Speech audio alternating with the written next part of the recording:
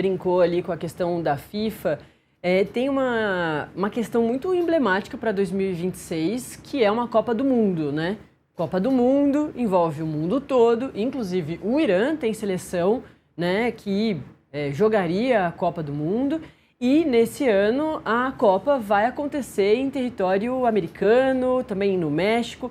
Durante esses últimos dias, a gente teve uma discussão também sobre isso, por causa do México e de tudo que estava acontecendo no México.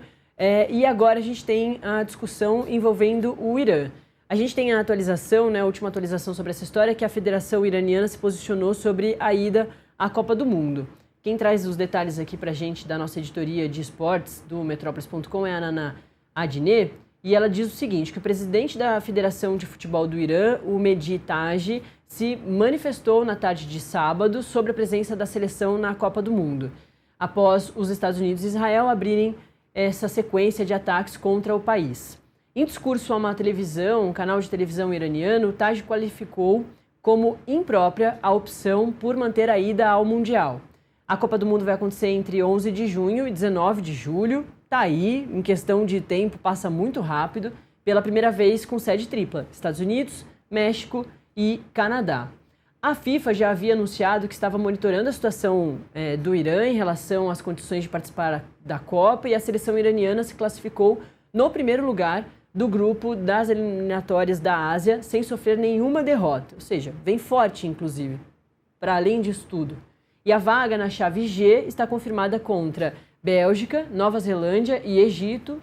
E o país terá 2 partidas em Los Angeles e uma em Seattle. Aqui a matéria traz ainda mais informações, mas acho que já dá para a gente conversar contigo sobre isso, Urian. Essas questões de Jogos Olímpicos, de Copa, são sempre muito emblemáticas, né? Quando envolvem esses conflitos. Primeiro, porque tem a questão de Estados Unidos e Irã estarem em conflito agora e o Irã participar dos jogos da Copa do Mundo que serão nos Estados Unidos, parte deles. E, além disso, pode ser que haja um jogo direto entre Irã e Estados Unidos. Pode acontecer porque, enfim, Copa do Mundo, são vários jogos, as chaves vão diminuindo e diversos países vão se encontrando. Eu queria que você falasse um pouquinho, então, sobre isso e até também sobre esse histórico, né, de grandes conflitos, de jogos importantes e também, não só falando de Copa do Mundo, mas Olimpíadas, porque sempre tem essa questão, né, humanitária. Às vezes, quando o país ali está estremecido, o jogo acontece como uma forma simbólica de não, na quadra, no ringue, as coisas são diferentes. Será que a Copa do Mundo vai ser afetada por causa desses conflitos todos? Eu acho ainda um pouco cedo para a gente falar sobre isso, porque a gente está aí no segundo dia dessa nova fase, desse conflito que se expande agora para outras regiões, para além de Israel, do Líbano, né? Mas é curioso a fala, e aí me chamou a atenção, Natália, que você trouxe, da FIFA dizendo que ela vai avaliar tudo isso. A mesma FIFA, ou o mesmo presidente da FIFA, que recentemente ele fez uma declaração em uma entrevista dizendo que poderia voltar a discutir a participação da Rússia, que também inventou, forjou, iniciou por vontade própria a sua guerra contra a Ucrânia, né? Então, dependendo da decisão que for tomada, a gente pode passar a concluir que talvez não existe muita consistência nessas organizações internacionais em relação a quem pode ou quem não pode participar.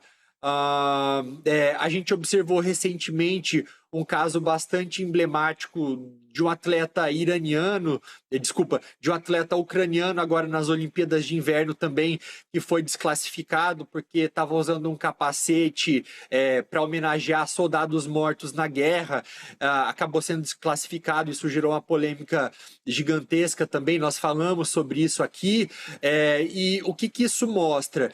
Que muitas vezes esses palcos internacionais que viram centro de atenção ali do mundo inteiro durante esses eventos, eles acabam sendo usados como uma oportunidade para esses países mandarem uma mensagem, assim como são usados também por esses regimes autoritários para fazer propaganda política. É por isso que a Rússia hoje ela pode competir, os atletas russos podem competir, mas sem usar oficialmente a bandeira da Rússia, sem cantar o hino da Rússia. Então, é uma maneira deles serem punidos por conta disso. Mas em relação ao que vai acontecer ali com Estados Unidos, Canadá, México e a Copa, eu acho que a gente precisa esperar um pouco as próximas semanas para saber quais decisões vão ser tomadas.